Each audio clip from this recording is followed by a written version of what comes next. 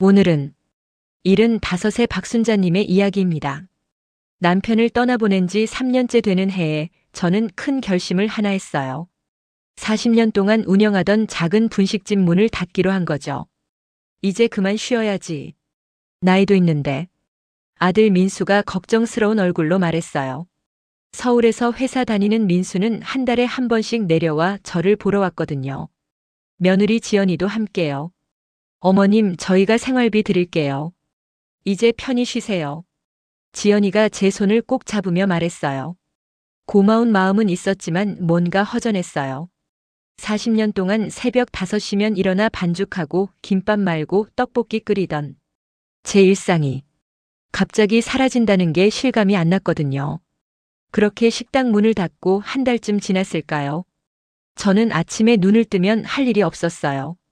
TV를 보고 경로당에 나가고 친구들과 수다 떨고. 그런데 이상하게 마음 한편이 텅 빈 것 같았어요. 순자야, 너 요즘 왜 그래? 얼굴에 생기가 없어. 경로당에서 만난 친구 영자가 물었어요. 글쎄, 나도 잘 모르겠어. 몸은 편한데 마음이 왠지 허전하더라고. 영자는 제 손을 툭툭 치며 웃었어요. 그럼 다시 시작해봐. 식당 말고 다른 거. 뭘? 내가 제일 잘하고 좋아하는 거 있잖아. 요리 말이야. 그날 밤 저는 잠이 안 왔어요. 영자의 말이 계속 머릿속을 맴돌았거든요. 요리. 맞아요. 저는 요리가 좋았어요. 손님들이 제가 만든 음식을 맛있게 먹는 모습을 볼 때 그게 제일 행복했었죠. 다음 날 아침 저는 민수에게 전화를 했어요. 민수야, 엄마가 하고 싶은 게 생겼어. 뭔데요, 엄마? 작은 식당을 다시 열고 싶어. 그런데 이번엔 좀 다르게. 혼자 사는 어르신들한테 밥을 해주는 식당이야. 전화기 너머로 잠시 침묵이 흘렀어요.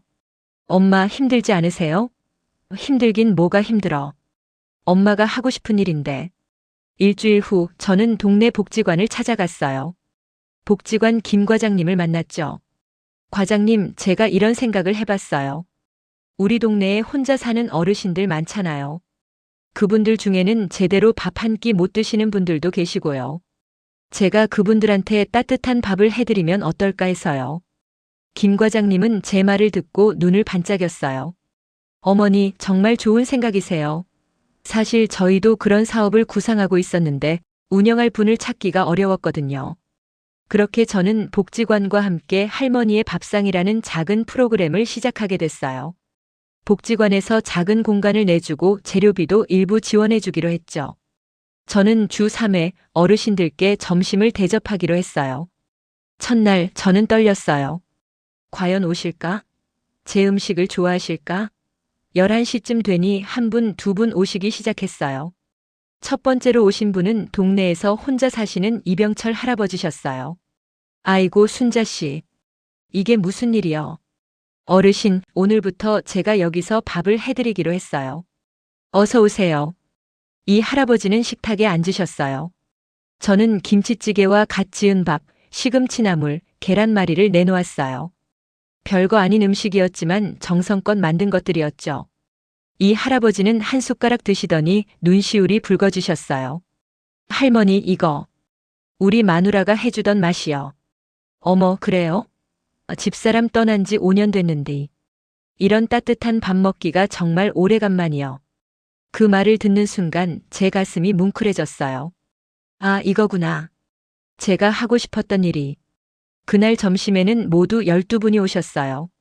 다들 혼자 사시는 분들이었고 제 음식을 맛있게 드셨어요.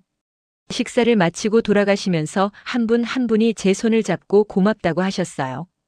집에 돌아온 저는 민수에게 전화를 했어요. 민수야, 엄마 오늘 정말 행복했어. 무슨 일 있으셨어요? 어르신들이 엄마 밥 먹고 너무 좋아하시더라. 한 분은 눈물까지 글썽이시고 엄마가 누군가한테 이렇게 필요한 사람인 것 같아서 기뻤어. 엄마 잘하셨어요. 엄마가 행복하시면 저도 좋아요. 두 번째 날 저는 조금 더 특별한 메뉴를 준비했어요. 된장찌개와 제육볶음 그리고 직접 담근 깻잎장아찌. 어르신들은 더 많이 오셨어요. 20명이나 되더라고요. 소문 들었어요. 순자 씨가 밥 해준다고 해서 왔어요. 처음 보는 할머니셨어요. 김옥순 할머니라고 자기소개를 하셨죠. 어서 오세요. 많이 드세요. 김 할머니는 밥을 드시다가 말씀하셨어요. 할머니 고맙습니다. 나는 아들도 딸도 다 멀리 있어서 명절에나 한 번씩 보거든. 혼자 밥 해먹기가 귀찮아서 그냥 라면으로 때우고 그랬는데 이렇게 따뜻한 밥을 먹으니 눈물이 나네요. 저는 김할머니 옆에 앉아 손을 잡아드렸어요. 할머니, 이제 매주 여기 오세요. 제가 맛있는 거 해드릴게요. 그날 이후로 오시는 분들이 점점 많아졌어요. 30명, 40명. 복지관은 더 큰 공간을 마련해줬고 자원봉사자들도 생겼어요. 동네 젊은 주부들이 와서 설거지를 도와주 대학생들이 와서 어르신들 말벗이 되어드렸어요. 한 달쯤 지나니 변화가 보이기 시작했어요. 이병철 할아버지는 처음엔 혼자 구석에 앉아 계셨는데 이제는 다른 할아버지들과 화투도 치고 이야기도 나누셨어요. 김옥순 할머니는 표정이 밝아지셔서 직접 김치를 담가 오시기도 했어요. 순자 씨, 우리 할머니가 김치 담근 거예요. 반찬으로 쓰세요. 어머, 고마워요. 할머니 김치가 얼마나 맛있는데요. 그렇게 우리는 단순히 밥을 먹는 곳이 아니라 가족처럼 만나는 곳이 됐어요. 어느 날 한 할머니가 오셨는데 얼굴이 안 좋으셨어요. 할머니 어디 편찮으세요? 아니요. 그냥 속이 좀 안 좋아서. 저는 그 할머니를 위해 특별히 부드러운 죽을 끓여드렸어요. 호박죽에 잣을 띄워서요. 할머니 이거 천천히 드세요. 속이 편해지실 거예요. 할머니는 죽을 한 술 한 술 드시더니 제 손을 꼭 잡으셨어요. 고맙습니다. 우리 딸 같아요, 순자 씨가. 그 말에 저도 울컥했어요. 저도 누군가의 엄마였지만 여기서는 많은 분들의 딸이 되고 친구가 되고 가족이 되는 것 같았어요. 석 달쯤 지났을 때 민수와 지연이가 내려왔어요. 어머니, 저희가 어머니 하시는 거 보러 왔어요. 점심시간 식당은 북적였어요. 50명이 넘는 어르신들이 오셨고 다들 웃으며 식사를 하셨어요. 민수는 그 모습을 보더니 제게 속삭였어요. 엄마가 이렇게 많은 분들을 행복하게 해주시는구나. 저 정말 자랑스러워요. 지연이도 눈시울을 붉히며 말했어요. 어머님, 제가 어머님을 잘못 봤어요. 그냥 쉬라고만 했는데. 어머님은 이렇게 필요한 일을 하고 계셨네요. 저도 뭔가 도와드리고 싶어요. 그날 저녁 우리 세 식구는 오랜만에 함께 식사를 했어요. 저는 말했어요. 민수야, 지연아. 엄마가 이제야 알았어. 나이 든다는 건 끝이 아니라 새로운 시작일 수도 있다는 걸. 엄마는 지금 정말 행복해. 누군가한테 필요한 사람이라는 게 아직도 할 수 있는 일이 있다는 게 이렇게 감사한지 몰랐어. 할머니의 밥상이 생긴 지 반년쯤 지났을 때 저에게 특별한 인연들이 찾아오기 시작했어요. 그중 첫 번째가 바로 최영희 할머니였어요. 영희 할머니는 80이 넘으셨는데 늘 혼자 오셨어요. 처음엔 말도 별로 안 하시고 밥만 드시고 가셨죠.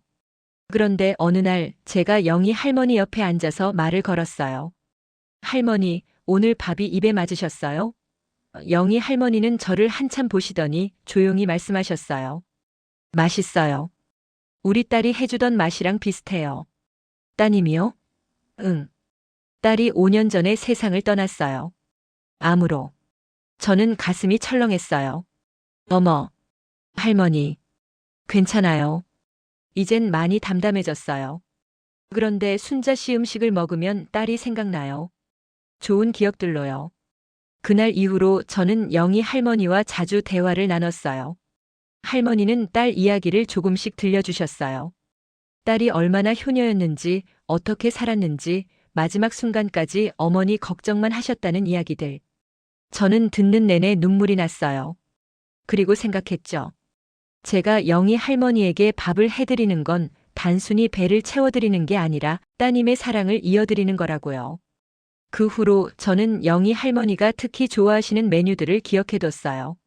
시금치 된장국, 두부조림, 고등어구이.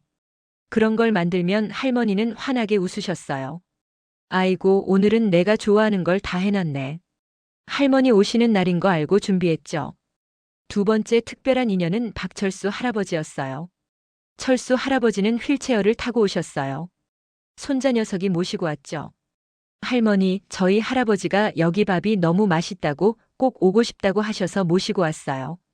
젊은 청년이 말했어요. 어머, 어서 오세요. 할아버지, 불편하실 텐데 오셨어요? 철수 할아버지는 손을 흔드셨어요. 괜찮아요. 이 정도는. 순자 씨 밥이 먹고 싶어서 참았어요. 저는 철수 할아버지를 위해 특별히 부드럽고 먹기 편한 음식들을 준비해 드렸어요. 할아버지는 천천히 드시면서 행복해 하셨어요. 손자는 제게 조용히 말했어요. 할머니 감사합니다. 할아버지가 중풍으로 쓰러지신 후로 입맛을 잃으셨거든요. 그런데 여기 오시고 나서 처음으로 밥을 이렇게 많이 드세요. 그 말을 듣고 저는 더욱 정성을 들이게 됐어요. 철수 할아버지는 일주일에 2번씩 손자와 함께 오셨어요. 그리고 조금씩 표정이 밝아지셨어요. 어느 날은 할아버지가 제게 말씀하셨어요. 순자 씨, 나 때문에 수고가 많지? 무슨 말씀이세요? 제가 좋아서 하는 일인걸요. 그래도 나는 말이야, 순자 씨 같은 사람이 있어서 다시 살맛이 나. 나이 들면 다들 귀찮아하잖아. 그런데 순자 씨는 진짜 가족처럼 대해주니까. 저는 할아버지 손을 꼭 잡았어요. 할아버지, 우리는 이미 가족이에요. 여기 오시는 분들 모두 제 가족이에요. 세 번째 특별한 인연은 홀로 사시는 젊은 엄마와 아이였어요. 어느 날 30 중반쯤 돼 보이는 여성이 7살쯤 된 딸아이와 함께 왔어요. 저기, 혹시 여기 나이 많은 분들만 오는 곳인가요? 여성이 조심스럽게 물었어요. 아니에요. 누구든 환영이에요. 어서 오세요. 감사합니다. 저는 이 동네에 이사 온 지 얼마 안 됐는데 아이 엄마가 혼자 사는 분들한테 밥을 해주신다는 얘기를 들었어요. 저도 혼자 아이를 키우거든요. 여성의 이름은 신지영 씨였어요. 딸 이름은 하은이었고요. 지영 씨는 남편과 이혼하고 아이를 혼자 키우고 있었어요. 일도 하면서 아이도 돌보느라 제대로 밥 한 끼 챙겨 먹기 힘들다고 했어요. 저는 지영 씨와 하은이를 위해 따뜻한 밥을 차려줬어요. 하은이는 밥을 먹으면서 눈을 동그랗게 뜨더니 말했어요.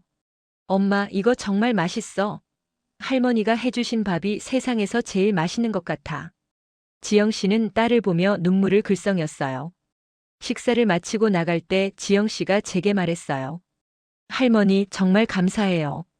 제가 요즘 너무 힘들었는데 이렇게 따뜻하게 대해주시니까 힘이 나요. 얘야, 힘들 때 여기 와. 혼자 끙끙 앓지 말고. 우리가 있잖아. 그날 이후로 지영 씨와 하은이는 일주일에 한두 번씩 왔어요. 하은이는 다른 할머니, 할아버지들한테 인사도 잘하고 재롱도 부렸어요. 어르신들은 하은이를 보며 손주 보듯 기뻐하셨어요. 아이고, 우리 하은이 왔네. 하은아, 오늘 유치원에서 뭐 했어? 하은이 역시 어르신들을 좋아했어요. 어느 날은 하은이가 유치원에서 만든 카네이션을 가져와서 저한테 줬어요. 할머니, 이거 드려요. 할머니가 저한테 맛있는 밥 많이 해주셔서요. 저는 그 카네이션을 받고 한참을 울었어요. 시간이 흐르면서 할머니의 밥상은 단순한 식당이 아니라 작은 공동체가 됐어요.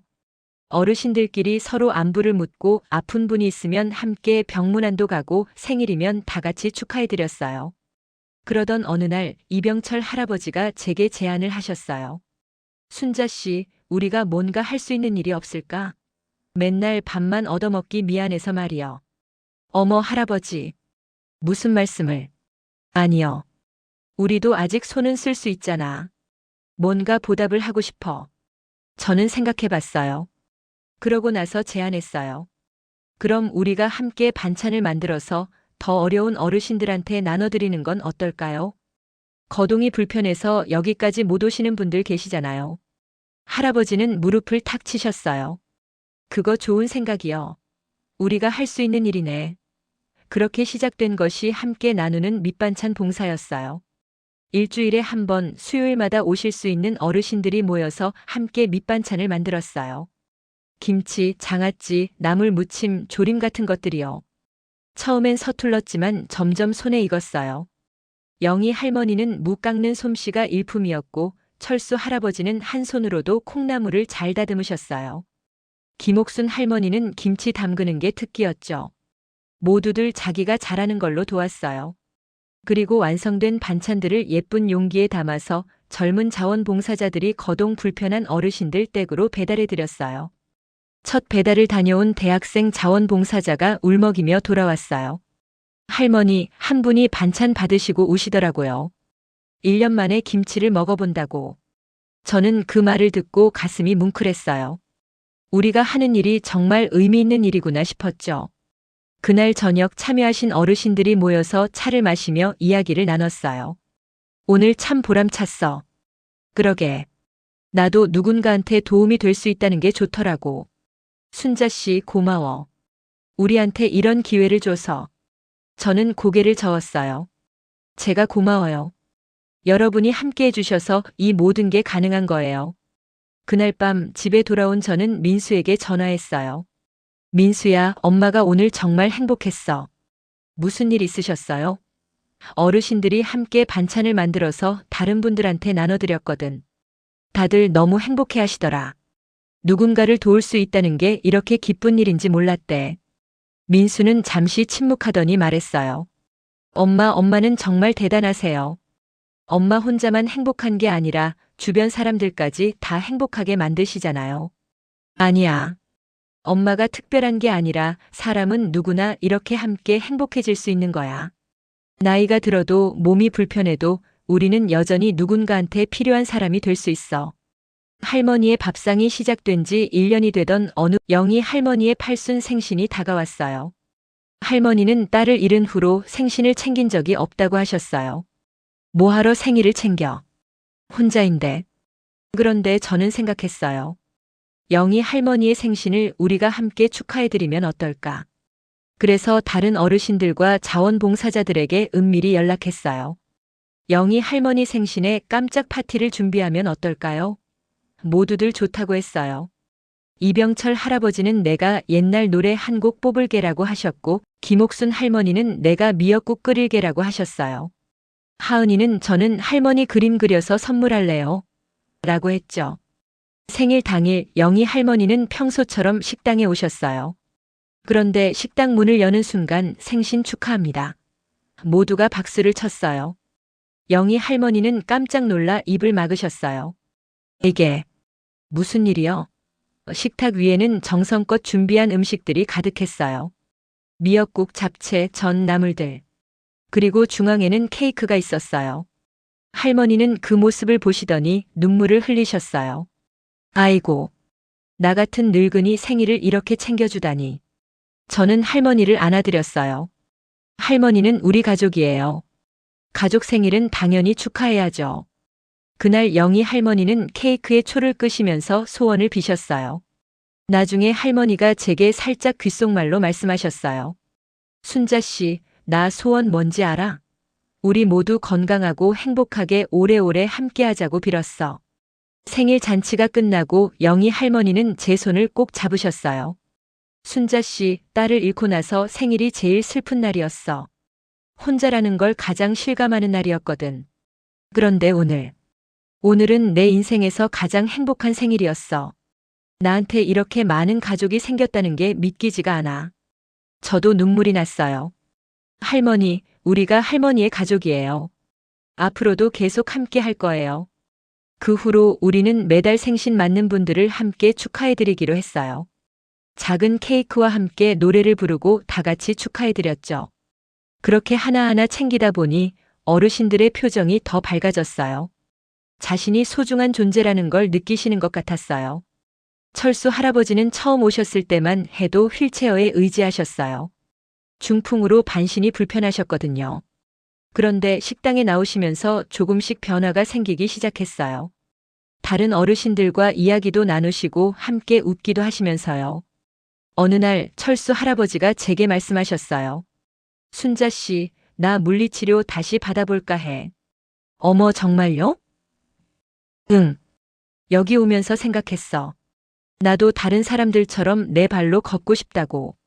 손자한테 계속 짐이 되고 싶지 않아. 저는 할아버지 손을 잡았어요. 할아버지, 정말 잘 생각하셨어요. 제가 응원할게요. 그날부터 철수 할아버지는 병원에서 재활치료를 시작하셨어요. 힘들고 고통스러웠지만 할아버지는 포기하지 않으셨어요. 한 달, 두 달, 석 달쯤 지났을 때 할아버지는 지팡이를 짚고 걸으실 수 있게 되셨어요. 그리고 어느 날 할아버지가 지팡이를 짚고 식당 문을 여셨어요. 순자 씨, 봐요. 내가 걸어왔어. 식당 안에 있던 모든 사람들이 박수를 쳤어요. 저는 달려가서 할아버지를 안아드렸어요. 할아버지, 정말 대단하세요. 할아버지는 눈물을 글썽이셨어요. 고마워요, 순자 씨. 이 식당에 나오면서 다시 살고 싶다는 생각을 했어요. 여기서 만난 사람들이 나한테 힘을 줬어요. 철수 할아버지의 손자도 옆에서 울고 있었어요. 할머니 감사합니다. 할아버지가 다시 희망을 찾으셨어요. 철수 할아버지는 그 후로 더욱 적극적으로 활동하셨어요. 반찬 봉사에도 참여하시고 다른 거동 불편한 어르신들을 격려하기도 하셨죠. 나도 처음엔 포기하고 싶었어. 그런데 여기 오니까 힘이 나더라고. 당신도 할 수 있어. 할아버지의 이야기는 다른 어르신들에게 큰 용기가 됐어요. 한 할머니는 나도 할아버지처럼 다시 걸어볼래라며 재활치료를 시작하셨고, 또 다른 할아버지는 나는 글씨를 다시 써볼래라며 손 운동을 시작하셨어요. 저는 그 모습을 보면서 깨달았어요. 사람에게 정말 필요한 건 단순히 밥이 아니라 희망이고 용기라는 걸요. 혼자 딸 하은이를 키우는 지영 씨도 변화가 있었어요. 처음 왔을 때 지영 씨는 굉장히 지쳐 보였어요. 직장 일도 힘들고 혼자 아이 키우는 게 버거웠거든요. 그런데 식당에 나오면서 어르신들이 지영 씨를 마치 딸처럼 아껴주셨어요. 지영아, 오늘 회사에서 힘든 일 있었어? 하은이 유치원 잘 다니고 있어? 지영 씨는 그렇게 어르신들과 이야기를 나누면서 점점 마음을 열게 됐어요. 어느 날 지영 씨가 제게 말했어요. 할머니, 저 사실은 요즘 너무 외로웠어요. 혼자 아이를 키우는 게 너무 힘들고 주변에 의지할 사람도 없고. 그런데 여기 오면 제가 혼자가 아니라는 걸 느껴요. 저는 지영 씨를 꼭 안아줬어요. 얘야, 너는 혼자가 아니야. 우리가 다 내 가족이야. 힘들 때는 언제든 여기 와. 그날 이후로 지영 씨는 더 자주 왔어요. 하은이와 함께 오기도 하고 혼자 오기도 했어요. 어르신들은 지영 씨를 진짜 딸처럼 대해주셨어요. 김옥순 할머니는 지영 씨한테 반찬을 싸주시기도 했고, 이병철 할아버지는 하은이한테 옛날 이야기를 들려주시기도 했어요. 영희 할머니는 지영 씨한테 엄마 없는 내가 내 엄마가 돼줄게라고까지 말씀하셨어요. 지영 씨는 그 말에 한참을 울었어요. 할머니, 저 정말 감사해요. 진짜 엄마한테 못 받은 사랑을 할머니들한테 받는 것 같아요. 어느 날 지영 씨가 좋은 소식을 가지고 왔어요. 할머니, 제가 회사에서 승진했어요. 어머, 정말 축하해. 그리고요, 작은 집이지만 전세로 이사 가기로 했어요. 하은이한테 제 방을 만들어주고 싶어서요. 저는 지영 씨를 안아줬어요. 잘했어, 우리 지영이. 정말 자랑스러워. 지영 씨는 눈물을 글썽였어요. 할머니, 제가 이렇게 힘낼 수 있었던 건 다 할머니와 이곳 어르신들 덕분이에요. 제가 포기하고 싶을 때마다 여기 오면 힘이 났어요. 할머니들이 저를 믿어주시고 응원해주셔서요. 그날 저녁 우리는 지영 씨의 승진과 이사를 축하하는 작은 파티를 열었어요. 모두들 진심으로 기뻐했고 지영 씨는 행복한 눈물을 흘렸어요. 어느 날 구청에서 연락이 왔어요. 할머니의 밥상이 올해의 우수지역 공동체 사업으로 선정됐습니다. 시상식에 참석해 주시겠습니까? 저는 깜짝 놀랐어요. 상이요? 저희가요? 네, 지역사회에 큰 기여를 하셨고 많은 어르신들의 삶의 질을 향상시켰다는 평가를 받으셨습니다. 저는 민수에게 전화를 했어요. 민수야, 엄마가 상을 받게 됐대. 정말요? 엄마 축하드려요. 근데 민수야, 이건 엄마 혼자 받는 상이 아니야. 여기 계신 모든 분들이 함께 받는 거야. 우리 모두가 함께 만든 거니까. 시상식 날 저는 어르신들과 자원봉사자들, 그리고 지영 씨와 하은이까지 모두 데리고 갔어요. 민수와 지연이도 서울에서 내려왔죠. 구청장님이 상을 주시면서 말씀하셨어요. 박순자 어르신께서 만드신 할머니의 밥상은 단순한 급식소가 아닙니다. 외로운 어르신들에게 가족을 만들어주고 희망을 주고 서로 돕는 공동체를 만들어주셨습니다. 이것이 바로 우리 사회가 나아가야 할 방향입니다. 박수가 터져 나왔어요. 저는 무대 위에 서서 마이크를 잡았어요. 감사합니다. 하지만 이 상은 제 것이 아니라 여기 계신 모든 분들의 것입니다. 저는 객석을 가리켰어요. 저기 계신 어르신들, 자원봉사자들, 지영 씨와 하은이, 그리고 제 가족까지 모두가 함께 만든 결과입니다. 우리는 서로에게 가족이 되어 주었고 그게 가장 큰 상입니다. 시상식이 끝나고 모두 함께 사진을 찍었어요. 그 사진 속에서 우리는 모두 환하게 웃고 있었어요. 이병철 할아버지가 말씀하셨어요. 순자 씨 고마워. 당신 덕분에 우리 모두가 다시 살았어. 김옥순 할머니도 말씀하셨어요. 맞아. 우리가 이렇게 행복할 줄 누가 알았겠어. 영희 할머니는 제 손을 꼭 잡으셨어요. 순자 씨, 당신은 우리 천사야. 우리 삶에 빛을 가져다 줬어. 철수 할아버지는 지팡이를 들고 활짝 웃으셨어요. 나도 다시 걸을 수 있게 해줘서 고마워. 지영 씨는 하은이와 함께 와서 안겼어요. 할머니 사랑해요. 우리 진짜 가족이죠? 저는 모두를 안아주며 말했어요. 우리는 가족이에요. 피는 안 섞였지만 마음으로 이어진 진짜 가족이에요. 그날 밤 집에 돌아온 저는 남편 사진 앞에 앉았어요. 여보, 내가 해냈어.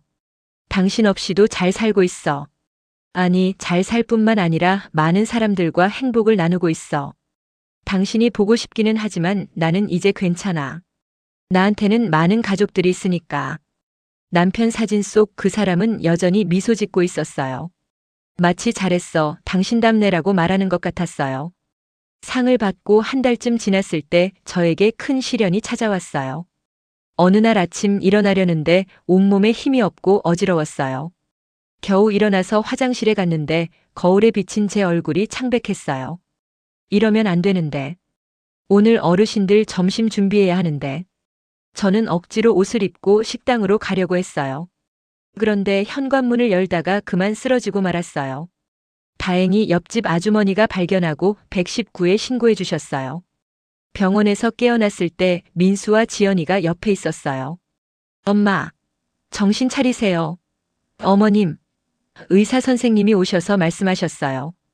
과로로 인한 탈진입니다. 나이도 있으시고 무리하신 것 같아요. 당분간 푹 쉬셔야 합니다. 저는 걱정이 태산 같았어요. 선생님, 저 언제 퇴원할 수 있어요? 오늘 식당에 어르신들이 오실 텐데. 의사 선생님은 고개를 저으셨어요. 최소 일주일은 입원하셔야 합니다. 건강이 더 나빠지면 큰일 납니다. 민수가 제 손을 잡았어요. 엄마, 이번엔 좀 쉬셔야 해요. 엄마 몸이 제일 중요해요. 하지만 어르신들이. 어머님, 제가 어르신들께 연락드릴게요. 다들 이해하실 거예요. 지연이가 말했어요. 저는 눈물이 났어요. 어르신들이 저를 기다리고 계실 텐데, 실망하실 텐데. 그날 오후 병실 문이 열렸어요. 그런데 놀랍게도 이병철 할아버지, 김옥순 할머니, 영희 할머니가 들어오셨어요. 순자 씨, 괜찮아? 어르신들 어떡해? 영희 할머니가 제 손을 꼭 잡으셨어요. 지연 씨한테 연락받고 다들 놀라서 달려왔어. 순자 씨, 우리 때문에 무리한 거 아니요? 저는 고개를 저었어요.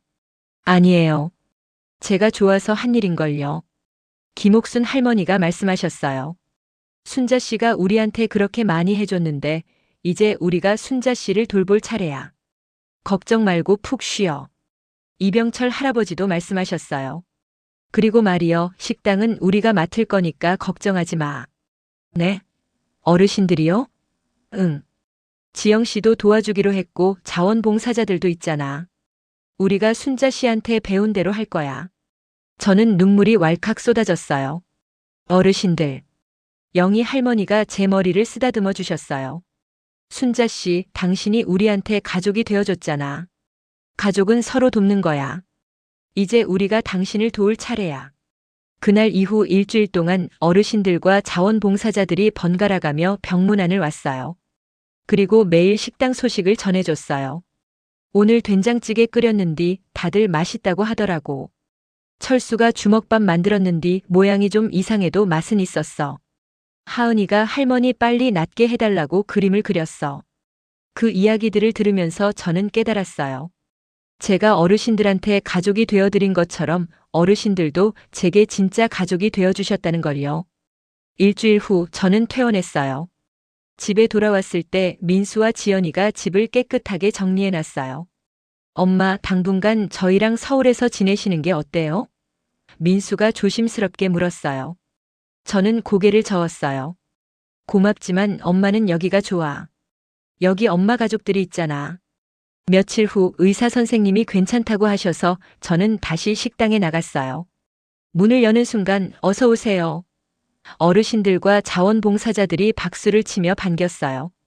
식당 안은 깨끗했고 음식 냄새가 났어요. 어르신들, 정말 고마워요. 김옥순 할머니가 웃으며 말씀하셨어요. 우리가 순자 씨 없이도 잘했지? 물론 순자 씨만큼은 아니지만. 모두가 웃었어요. 그날 점심 저는 어르신들이 만든 음식을 먹었어요. 된장찌개, 김치볶음밥, 나물들.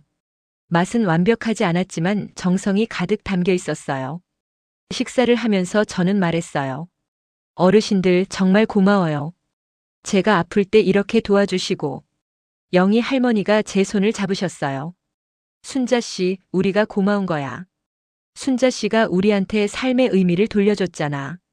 우리도 누군가한테 필요한 사람이라는 걸 알게 해줬어. 이병철 할아버지도 말씀하셨어요. 맞아. 순자 씨 덕분에 우리가 다시 살았어. 이제 우리가 순자 씨를 돌볼 차례야. 앞으로 무리하지 말고 우리랑 함께 하자고. 철수 할아버지가 지팡이를 들고 일어나셨어요. 그리고 말이여, 우리가 결심했어. 이제부터 일주일에 한 번은 우리가 요리를 할 거야. 순자 씨가 쉴 수 있게.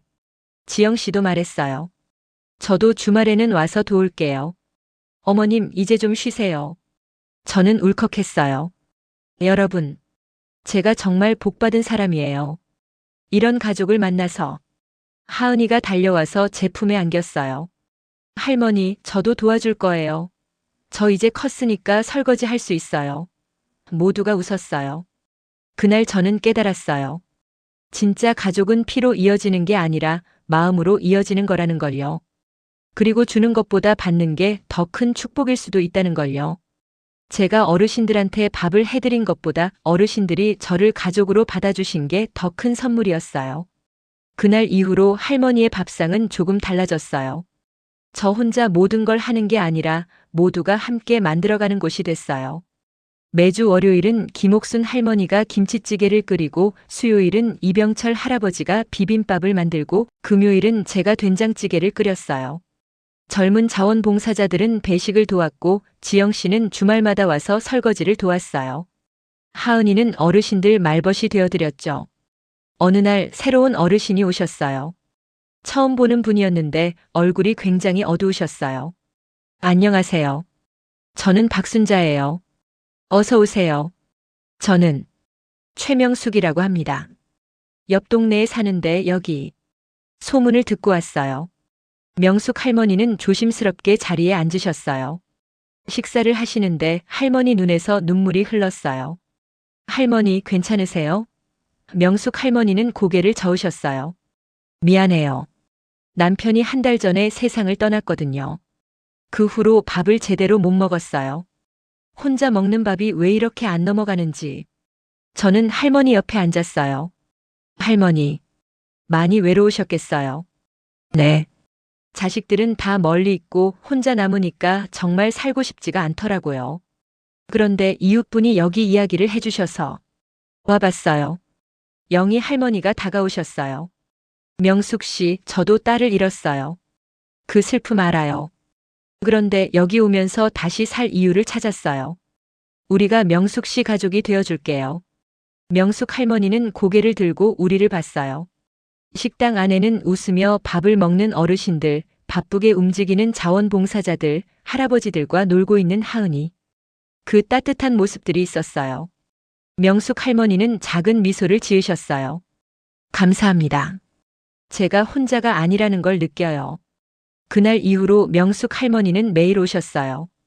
그리고 조금씩 표정이 밝아지셨어요. 한 달 후 명숙 할머니는 다른 어르신들과 함께 웃고 이야기를 나누셨어요. 슬픔은 여전했지만 혼자가 아니라는 것만으로도 삶을 이어갈 수 있었어요. 어느 날 명숙 할머니가 제게 말씀하셨어요. 순자 씨 고마워요. 순자 씨 덕분에 다시 살 이유를 찾았어요. 이제 제가 다른 분들을 도울 차례예요. 명숙 할머니는 그 후로 반찬 봉사에 참여하셨어요. 자신의 슬픔을 다른 사람들을 돕는 일로 승화시키신 거예요. 2년이 지났어요. 할머니의 밥상은 이제 동네에서 없어서는 안 될 곳이 됐어요.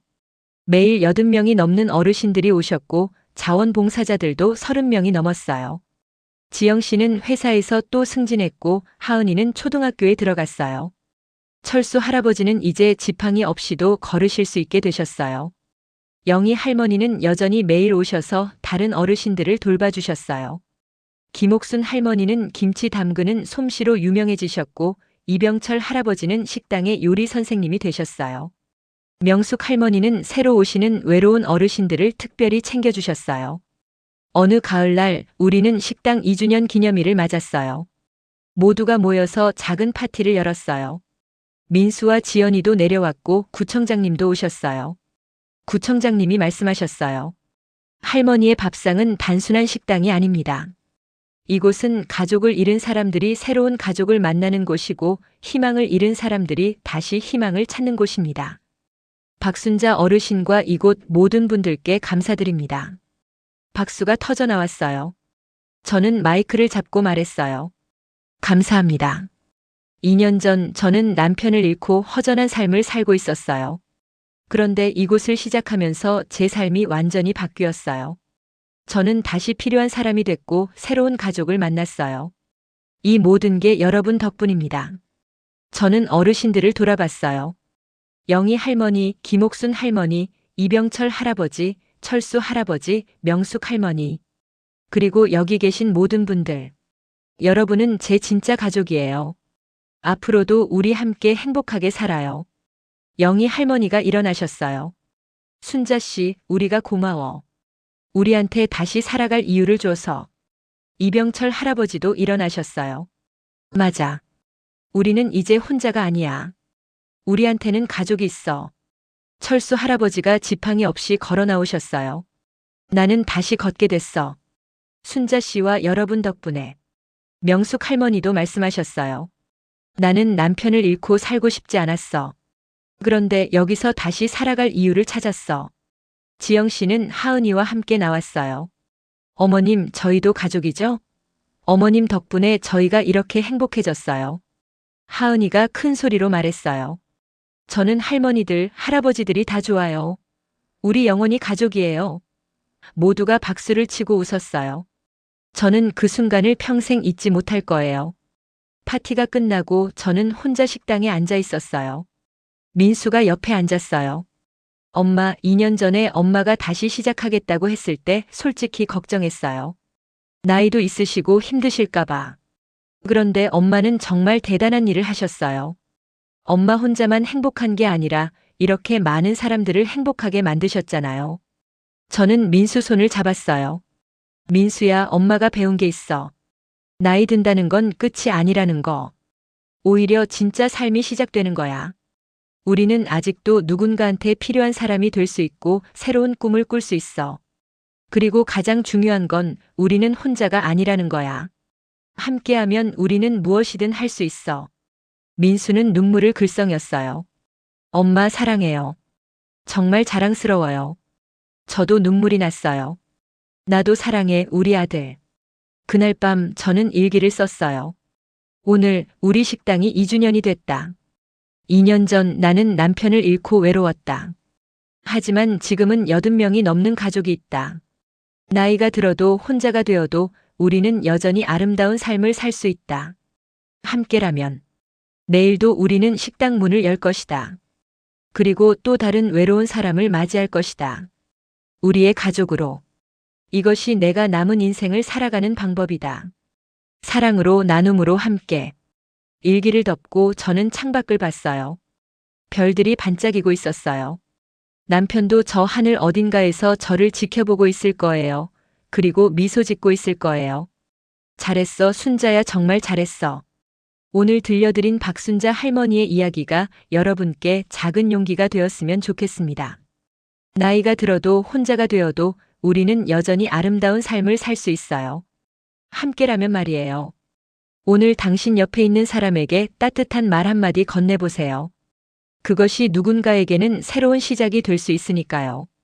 우리 모두 서로의 가족이 되어주세요. 그리고 행복하세요. 재밌게 들어주셨다면 따뜻한 말 한마디 아래 댓글로 남겨주세요.